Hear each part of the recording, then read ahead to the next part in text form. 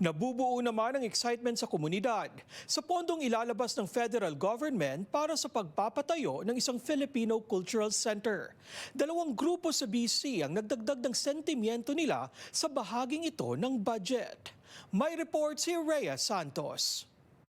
We need to be prepared to engage. We need to be prepared to say, this is what it should look like, this is what we want, this is what we need. Patuloy ang pangangalap ng impormasyon mula sa komunidad ng Organisasyong Filipino BC ukol sa klase ng cultural center na kailangan ng mga Filipino-Canadians.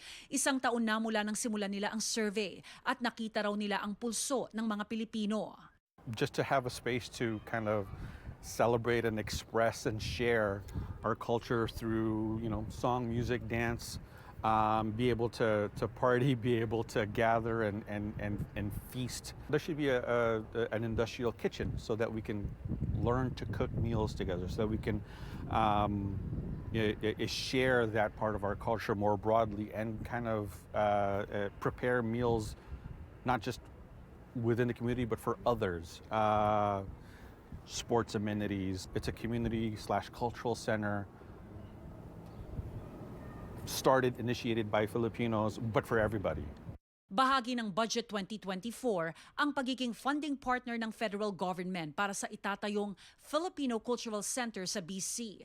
Wala pang balita kung magkano ang pondo mula feds at anong organisasyon ang hahawak nito. In our Budget 2024, we have a commitment to support the Filipino Community Center in BC as well as the museum, and I look forward to working with my kababayans out in BC to continue to develop what this looks like. We need to really gather the best and the brightest among us that have all of these ideas, that have all of this experience and have all of this motivation and have all of the necessary values and character to see this project to reality.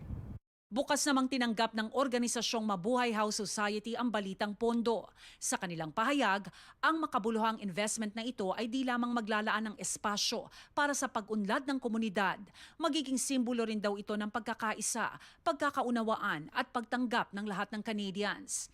Marso 2023 nang i-award ng BC Ministry of Tourism, Arts and Culture and Sports sa Organisasyong Mabuhay House Society ang $250,000 grant para masimulan ng pag-aaral ukol sa planong pagtayo ng Filipino Cultural Center. Panliligaw man sa mga botanteng Pinoy ang tingin ng ilang kritiko sa pondong laan dito. Hangad ni Aquino na magamit ng tama ang pera at hindi masayang ang oportunidad na maging realidad na ang pagkakaroon ng Filipino Cultural Center. Anything and everything can be considered a political move. The important thing to focus on here is the excitement that this has generated, the hope that this has generated within the Filipino community, and us recognizing that we need to step up as partners to make this a reality. Rhea Santos, Omni News, Vancouver.